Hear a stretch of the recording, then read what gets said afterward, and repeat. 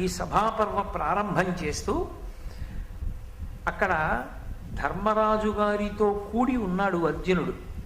ధర్మరాజుతో కూడి ఉన్నటువంటి అర్జునుడు, వారితో ఉన్నటువంటి కృష్ణ భగవానుడు ముగ్గురు కూర్చుని ఉన్నారు. ముగ్గురు కూర్చుని ఉండగా అక్కడికి మయుడనబడేటటువంటి దానవ శిల్పి వచ్చాడు.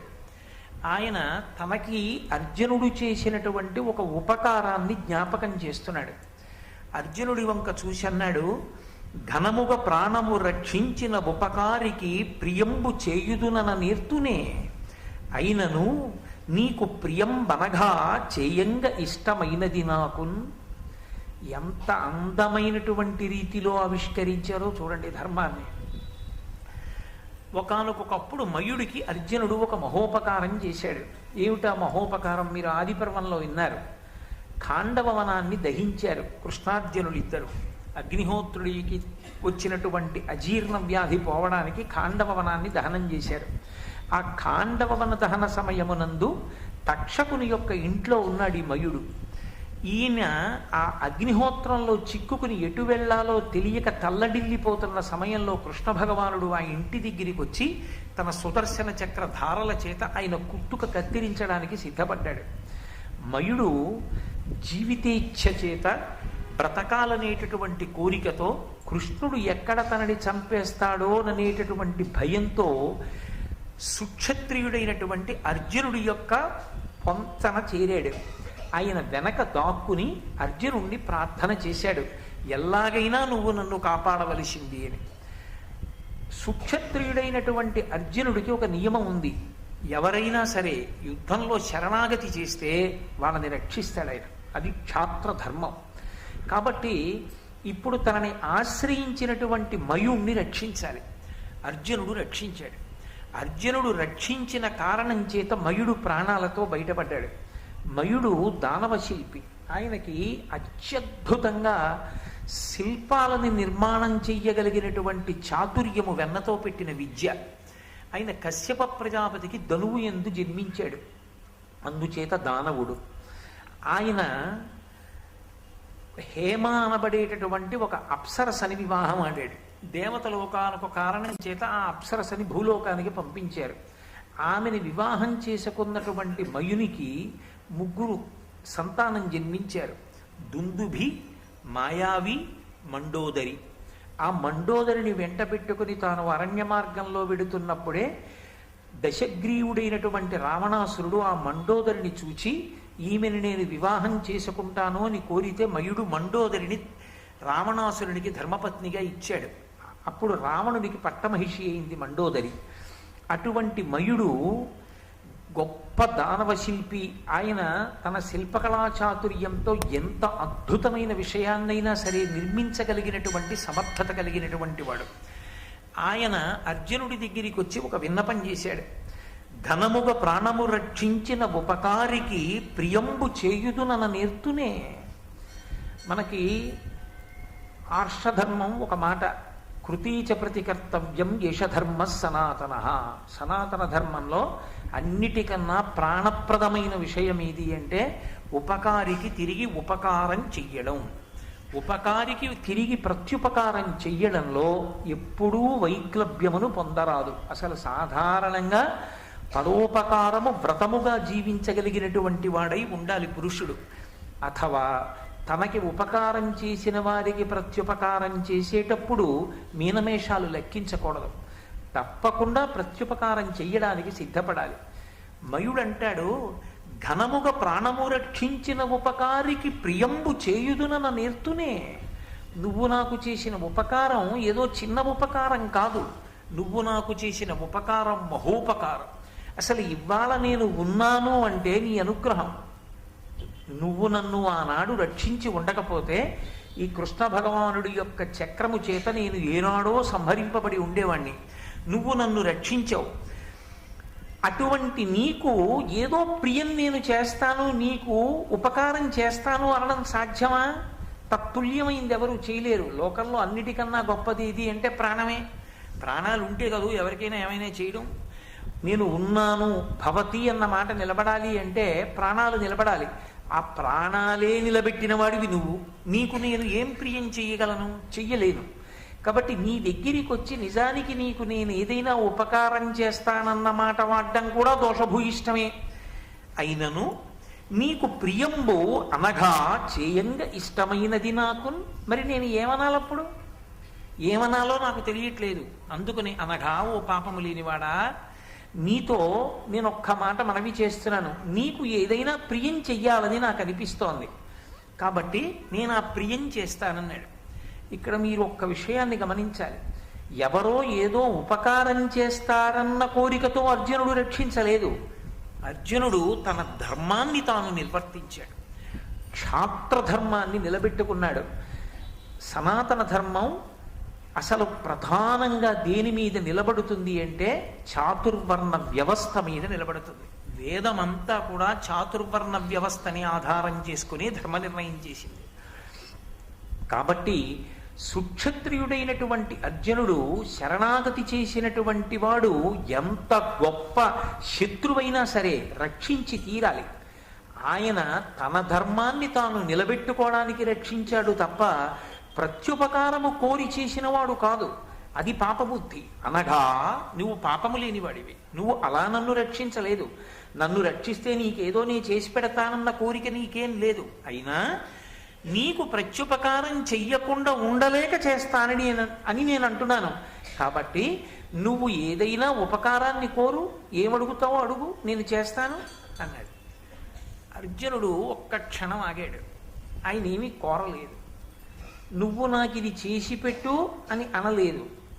వచ్చినటువంటి వాడు వచ్చినటువంటి వాని యొక్క ఆర్తిని బట్టి అడగవలసి ఉంటుంది తప్ప ఏదో వచ్చినటువంటి వాడి యొక్క సమర్థతని ఆర్తిని దృష్టిలో పెట్టుకోకుండా చాలా చిన్న విషయాన్ని మీరు అడిగారనుకోండి, అది అవతల వారికి అవమానంగా ఉంటుంది. మళ్ళీ రెండో మాట రెట్టించాలి.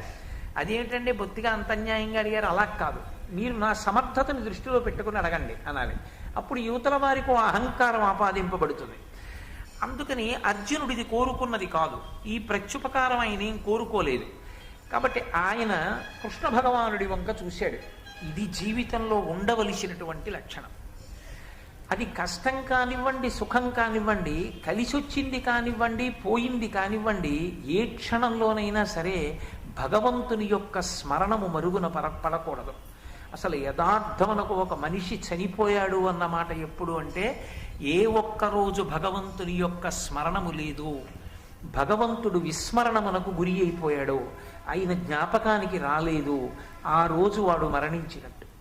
భగవంతుడు సర్వకాలముల యందు జ్ఞాపకంలో ఉండాలి. అది కలిసొచ్చిందా కలిసి రాలేదా అన్నది కాదు. నాకు ఏది యోగ్యమో దాన్ని పరమేశ్వరుడు నిర్ణయం చేస్తాడనేటటువంటి బుద్ధి ఉన్ననాడు పొంగుకి కుంగుకి తావుండదు. నేను ఇప్పుడు భారతం చెప్తే అభ్యున్నతిని పొందుతానని భగవానుడు నిర్ణయం చేశాడు. అందుకు నువ్వురే భారతం చెప్పరా అన్నాడు. నేను ఆ భారతం చెప్పేవాడిని, నేను చెప్పగలనా భారతం అనుకున్నాను అనుకోండి, నాకేం ఇబ్బంది ఉండదు. నేను భారతం చెప్పానని కానీ, నేను భారతం చెప్తున్నానని కానీ, భారతం చెప్పడానికి నాది సంకల్పం అని కానీ నేను అనుకుంటే అందులో వచ్చేటటువంటి వైక్లభ్యానికి, ఉత్థాన పతనాలకి మళ్ళీ నేనే బాధపడవలసి ఉంటుంది. నేను పరమేశ్వరుడి చేతి ఉపకరణంగా నిలబడిపోయినంత కాలం నాకేం పొంగు కుంగుకు అవకాశం ఉండదు. హాయిగా మనస్సు ప్రశాంతంగా ఉంటుంది. అర్జునుడు కృష్ణుడి వంక తిరిగాడు.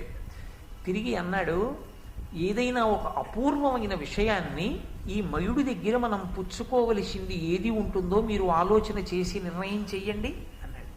అది అపూర్వమైనదయ్యి ఉండాలి. ఎందుకని ఆయన యొక్క శిల్పకళా చాతుర్యం అటువంటిది. ఆయన అటువంటి నిర్మాణములు చెయ్యగలడు.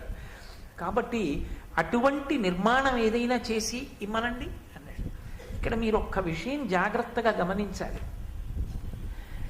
అసలు మయుడికి ప్రాణభిక్ష పెట్టిన వారెవరు? అర్జునుడు. ప్రాణభిక్ష పెట్టినటువంటి వాడు అర్జునుడైతే ఆ అర్జునుణ్ణి ఏదైనా కోరుకోమని అడిగితే తాను కోరుకోకుండా కృష్ణుడికి అప్పచెప్పాడు. తనకి ఏది ఉంటే బాగుంటుందో అది మయుణ్ణి అడగమని. ఇప్పుడు మయుణ్ణి అడిగినప్పుడు కృష్ణుడు ఏది అడగాలి? అర్జునుడికి ఏది ఉపయుక్తమో అది అడగాలి, ప్రత్యుపకార బుద్ధి అంటే. కానీ లోకంలో ధర్మం అని ఒక మాట ఉంది కదా. నేను మా అబ్బాయి మా ఇంట్లో ఉన్నాం అనుకోండి, మా ఇంటికి వచ్చి మా అబ్బాయి పేరు మీద మీరు శుభలేఖ ఇచ్చారనుకోండి, నా పెద్దరికం ఏమైపోయినట్టు? నా పేరు మీద కదూ శుభలేఖ ఇవ్వాలి. నా కొడుకుతోనే మీకు పరిచయం ఉన్నా, నా కొడుకుకే మీరు స్నేహితులైనా, మీరిచ్చిన శుభలేఖ మాత్రం నా పేరు మీద ఉండాలి. అది నాకు గౌరవం కాదు, నా కొడుక్కి గౌరవం. వాడు ఆ శుభలేఖని తాను తీసేసుకున్నాడు అనుకోండి, అది నాకు అగౌరవం ఏం లేదు. నా గౌరవము నా అగౌరవము నా యొక్క సంస్కృతి చేత నిర్ణయింపబడతాయి, నా శీలం చేత నిర్ణయింపబడతాయి. నా కొడుకు గౌరవం పోతుంది. తండ్రి పేరు వ్రాయబడని శుభలేఖ తాను పుచ్చుకున్నాడు, అది మర్యాద కాదు. పుచ్చుకుని కలం తీసి సున్నా చుట్టి మా నాన్నగారి పేరు వ్రాయండి అని ఇచ్చాడు అనుకోండి, వాడి గౌరవం నిలబడింది. కృష్ణుడు అర్జునుడి కోసం కోరాలా, ధర్మరాజు గారి కోసం కోరాలా? పాండవుల 5 ఒక చేతి 5 వేళ్ళు, వాళ్ళ ఐకమత్యత అటువంటిది. వాళ్ళు ఎప్పుడు విడివిడిగా ఏమీ కోరుకోలేదు. రాజ్యం అంతటికీ ధర్మరాజు ప్రభువు. ధర్మరాజు గారి కీర్తి వైభవం ప్రకాశించేది కోరుకుంటే అర్జునుడు సంతోషిస్తాడు తప్ప, ధర్మరాజుకి కానిది అర్జునునకైనది అని కృష్ణుడు అడిగాడు అనుకోండి, అది ధర్మానికి నిలబడుతుందా? నిలబడదు. ఇలా తల తిప్పి చూసి అడగమన్నప్పుడు అడిగేయడం కాదు, అడగడంలో ధర్మం పాటించడం గొప్ప. అడుగడుగునా ధర్మమే నిలబెడుతుంది. అందుకే శ్రీరామాయణము, భారతము, భాగవతము ఈ 3 కూడా మన జాతికి ప్రాణప్రదములు. ఈ 3టిని బాగా చదువుకుంటుంటే, ఈ 3టిని జ్ఞాపకం తెచ్చుకుంటుంటే, ఈ 3టిని వింటూ ఉంటే ధర్మము మనసులో స్మరణకొస్తూ ఉంటుంది. ధర్మము ఎంతగా స్మరణకొస్తే, మీరు బాగా జ్ఞాపకం పెట్టుకోండి నేను చెప్తున్న మాట, భగవంతుని చేతి పనిముట్టుగా మీరు ఇమిడిపోతారు. ఎక్కడ ధర్మం ఉన్నదో ఆ వస్తువునే ఆయన పనిముట్టుగా స్వీకరించి వ్యవస్థని దిద్దుకుంటాడు. ఈశ్వరుడు ధర్మాన్ని నిలబెట్టడం అంటే, ఎవరు ధర్మాత్ములయ్యున్నారో వారిని ఆదరిస్తాడు, వాళ్ళనే తన చేతి పనిముట్టుగా తీసుకుంటాడు.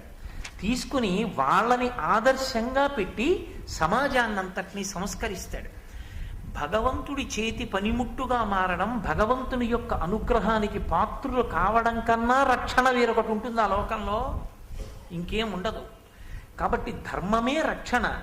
ధర్మాన్ని విడిచిపెట్టుకోవడము అంటే భగవంతుడికి దూరం అయిపోవడం, భగవంతుడికి దూరం అయిపోవడము అంటే అన్ని రక్షణలకి దూరం అయిపోవడం. ధర్మాన్ని పట్టుకోవడము అంటే భగవంతుని చేతి పనిముట్టుగా నిలబడడం, భగవంతుని అనుగ్రహం చేత సర్వకాలములయందు సర్వదేశములయందు రక్షింపబడుతుండడం. ధర్మమే ప్రమాణము. అందుకే కృష్ణుడు అన్నాడు మయునితో, కురుపతికిన్ యుధిష్ఠిరునకున్ సకల క్షితిపాల సేవ్య సుస్థిర విభవాభిరామునకతి ప్రమదంబుగా రత్నరాజి సుందరమగుదాని నొక్క సభధాత్రి కపూర్వముగాను నర్చి చిచ్చర గొనిరమ్ము నీదైన శిల్ప కళా కుశలత్వమేర్పడం అన్నాడు. నువ్వు అద్భుతమైన విషయాన్ని దేన్నైనా ఇస్తానంటున్నావుగా, కురుపతికిన్ యుధిష్ఠిరునకున్, అది ధర్మం అంటే. నువ్వు ఎవరికి ఇవ్వాలో తెలుసా బహుమానం? యుధిష్ఠిరునకి ఇవ్వాలి. ఎవరు యుధిష్ఠిరుడంటే? ధర్మరాజు. కురుపతి అయినటువంటి ధర్మరాజుకి ఇవ్వాలి. ఎవరైనా సకల క్షితిపాల సేవ్య సుస్థిర విభవాభిరామునకతి ప్రమదంబుగా, ఈ భూమండలంలో ఉండేటటువంటి సమస్త రాజుల చేత కీర్తింపబడి కప్పాలు కట్టించుకోగలిగినటువంటి సార్వభౌమ పదవి యందు నిలబడినటువంటి ధర్మరాజు గారికి, అలా నిలబడి ఉన్నాడు ఆ ధర్మరాజు? లేడు. దుర్యోధనుడు అర్ధరాజ్యం ఏలుతున్నాడు, ధర్మరాజు గారు అర్ధరాజ్యం ఏలుతున్నాడు. అర్ధరాజ్యం ఏలుతున్నటువంటి ధర్మరాజు సకల క్షితిపతి కాడు. కాని వాణ్ణి కృష్ణుడు అలా అనొచ్చా? అనడం దోషభూయిష్టం కాదా, అబద్ధం కాదా? మీరు ఒక్క విషయం గుర్తుపెట్టుకోవాలి. యోగి నోటి వెంట వచ్చింది నిజమవుతుంది, యోగి నిజం మాట్లాడడం కాదు. యోగి నిజం మాట్లాడా అబద్ధం మాట్లాడా కాదు, యోగి నోటి వెంట ఏది వచ్చిందో అది నిజమవుతుంది. అంటే ఈ సభని అడ్డుపెట్టి చాలాసేపు ఆలోచించి కదూ అడిగాడు కృష్ణుడు సభని. ఈ సభని అడ్డుపెట్టి ఆయన ఆశీర్వచనం చేస్తున్నాడు. ఈ సభలోనే రాజసూయాగం జరుగుతుంది. ఈ భూమండలంలో ఉన్నటువంటి సమస్త రాజరాజన్యుల చేత నీరాజనములు అందుకుంటాడు ధర్మరాజు, సార్వభౌముడవుతాడు. అది ఆయన నోటి వాక్కు, అది ఆయన నోటి వాక్కే ఆశీర్వచనం. భగవంతుని యొక్క సంకల్పమే మనకు శ్రీరామ రక్ష. అందుకే మన చిన్నతనంలో పిల్లల్ని పడుకోబెట్టి నీళ్లు పోసినప్పుడు చిట్ట చివర ఓసారి నీళ్లు తిప్పి శ్రీరామ రక్ష అంటుంటారు. రామచంద్ర ప్రభువు యొక్క రక్ష రక్ష. మన రక్ష ఏమి రక్ష? మనం రక్షించగలమా? పరమేశ్వరుడు రక్షిస్తూ ఉండాలి నిరంతరం. అందుకని కురుపతికిన్ యుధిష్ఠిరునకున్ సకల క్షితిపాల సేద్య సుస్థిర విభవాభిరామునగతి ప్రమదంబుగా రత్నరాజి సుందరమగు దాని నొక్క సభ ధాత్రి కపూర్వముగాను నర్చి. నువ్వు నిర్మించి ఇవ్వవలసినటువంటి సభ సామాన్యమైనటువంటి సభ కాకూడదు. అది రత్నముల చేత పొదగబడినదై అసలు ఈ భూమండలంలోనే ఎప్పుడూ ఎక్కడా ఎవరి దగ్గర లేనంత గొప్ప సభనొక దానిని కొనిరమ్మో, తొందరగా చేసి తీసుకురా. నీదైన శిల్ప కళా కుశలత్వమేర్పడం. నువ్వు దానవ శిల్పివి, చాలా గొప్ప శిల్పకళా నైపుణ్యం ఉన్నవాడివని కదా చెప్తారు. నీ శిల్పకళా వైభవమంతా కూడా ప్రకాశించేటట్టుగా, అబ్బా ఏమి సభ అండి అని ఆ సభ చూడగానే నువ్వే గుర్తు రావాలి. ఎవరు నిర్మించారు ఈ సభ అని అడగకూడదు. మయుడు తప్ప ఎవరు నిర్మించగలరు? మయ సభ అనాలి. అటువంటి సభను ఒకదాన్ని తీసుకురా. ఆ సభ ఇతపూర్వం కానీ ఇప్పుడు కానీ వచ్చే కాలంలో కానీ వేరొకరికి చెందినది కానీ వేరొకరికి అటువంటిది ఉన్నది కానీ కారాదు. అంత గొప్పదవ్వాలి. అంత గొప్ప సభను ఒక దానిని నిర్మించి తీసుకురా అన్నాడు. అమ్మ బాబోయ్ చాలా పెద్ద కోరిక కోరారు అనలేదు. పొంగిపోయాడు మయుడు. పొంగిపోయి ఆయన అన్నాడు, ఈ మనుజేంద్రుడు ఇంద్రధనుజేంద్రుల కంటే మహావిలాస సౌఖ్యముల పెద్ద ఇద్ధరణి కావున ఈతని పెర్మికింతగన్ ఇమ్మి ఉనర్చదన్ సభమణి ప్రభనొప్పగా దేవతా విమానమ్ములిటివే అని జనమ్ములు దానిని మెచ్చి చూడగన్. ఆయన అన్నాడు, తప్పకుండా నిర్మిస్తాను సభ. ఎటువంటి సభను నిర్మిస్తానో తెలుసా? ఈ మనుజేంద్రుడు ఇంద్రధనుజేంద్రుల కంటే మహావిలాస సౌఖ్యముల పెద్ద ఇద్ధరణి కావున. ఈ భూమండలంలో ఈ మనుజేంద్రుడు మనుష్యులకందరికీ కూడా ఇంద్రుడు, అంటే సమస్త మానవాళికి ప్రభు అయినటువంటి ధర్మరాజు పైన ఉన్నటువంటి స్వర్గలోకాధిపతి అయినటువంటి ఇంద్రుడి కన్నా పాతాళలోకాన్ని ఏలుతున్నటువంటి దానవ చక్రవర్తి అయినటువంటి బలి చక్రవర్తి కన్నా ఈతడే గొప్పవాడు. కాబట్టి ఇతడే ఇటువంటి సభని అనుభవించడానికి, ఇటువంటి సభని తనదిగా పొంది ఉండడానికి అర్హత ఉన్నవాడని సమస్త ప్రపంచం కొనియాడేటట్టుగా నేను అటువంటి సభను నిర్మించి తీసుకొచ్చి ధర్మరాజుకి ఇస్తాను. ఇక్కడ నిర్మిస్తానంట లేదు. సభా ప్రాంగణాన్ని నిర్మించడం అంటే ఇక్కడ నిర్మించాలి అంటే ఇక్కడ సభని నిర్మాణం చేయండి అంటే ఇక్కడ కట్టాలి. అలా అంట లేదు మయుడు. కొనితెమ్ము చెచ్చరం అన్నాడు కృష్ణుడు. ఎక్కడో కట్టి ఇక్కడికి పట్టుకురా అన్నాడు. అసలు అదో విచిత్రం. ఆయన అంటున్నాడు, నేను తెచ్చేది ఎటువంటిదై ఉంటుందో తెలుసా? చేస్తున్నాం కానీ వాళ్ళు దానికి అర్హులా, ఈ సభని కాపాడుకోగలరా అని నాకు అనుమానం లేదు. ఈతను మనుజేంద్రుడు.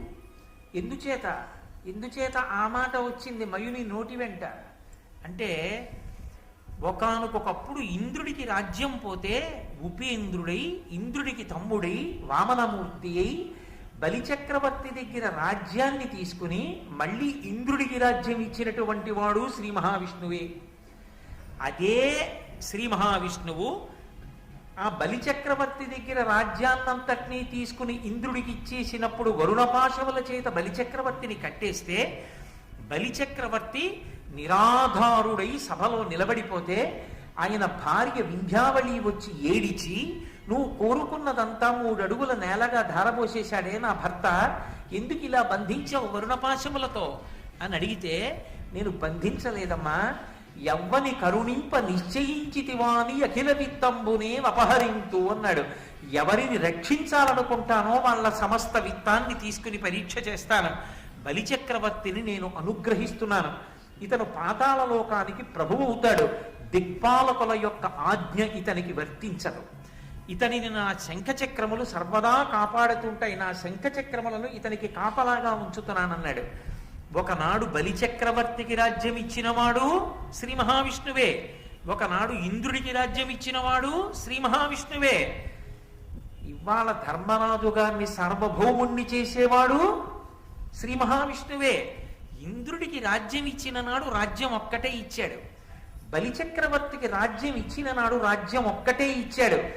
ధర్మరాజుకి రాజ్యం ఇప్పించడానికి కురుక్షేత్ర సంగ్రామంలో అర్జునుడి రథం మీద సారథిగా కూర్చుని కొన్ని కోట్ల మంది ప్రతివీరులందరూ తెగటారిపోయేటట్టుగా చేసి ధర్మానికి ఆలవాలము పాండవులు కనుక పాండవ పక్షపాతి శ్రీకృష్ణ భగవానుడు అయ్యాడన్న కీర్తి సుస్థిరంగా కట్టపెట్టి పాండవుల యొక్క కథ, వాళ్ళ ధర్మం ఈ భూమండలంలో నరులందరూ చదువుకుని యుగాలు మారిపోయినా అనుష్ఠించేటట్టుగా వాళ్ళ కీర్తిని ప్రకాశింపచెయ్యడానికి నడుం కట్టినటువంటి శ్రీ మహావిష్ణువు యొక్క స్వరూపమైన కృష్ణ పరమాత్మ యొక్క అనుగ్రహాన్ని పరిపూర్ణంగా పొందినటువంటి ధర్మరాజు కన్నా గొప్పవాడా ఆ ధనుజేంద్రుడైన బలిచక్రవర్తి గాని స్వర్గాధిపతి అయినటువంటి ఇంద్రుడు గాని కాదు. కాబట్టి నీ పరిపూర్ణ కటాక్ష వీక్షణములకు పాత్రులైనటువంటి వాళ్ళు వీళ్ళు.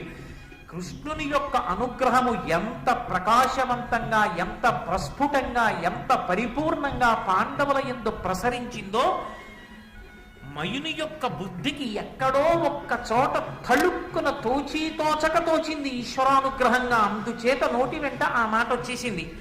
ఈ మనుజేంద్రుడు ఇంద్ర ధనుజేంద్రుల కంటే మహావిలాస సౌఖ్యముల పెద్ద ఈ ధరణి కావున ఈతని పెర్మికిందగన్ ఎమ్మి నొనచ్చదన్ సభమణి ప్రభనొప్పగా దేవతా విమానమ్ములిట్టివేయని జనమ్ములు దానిని మెచ్చి చూడగన్.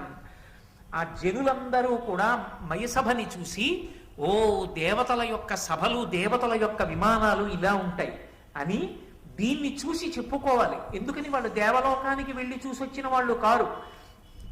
దేవతా విమానములు ఎలా ఉంటాయో వాళ్ళు మయసభని చూసి చెప్పుకుంటారు. అంత గొప్ప సభని నిర్మాణం చేస్తాను.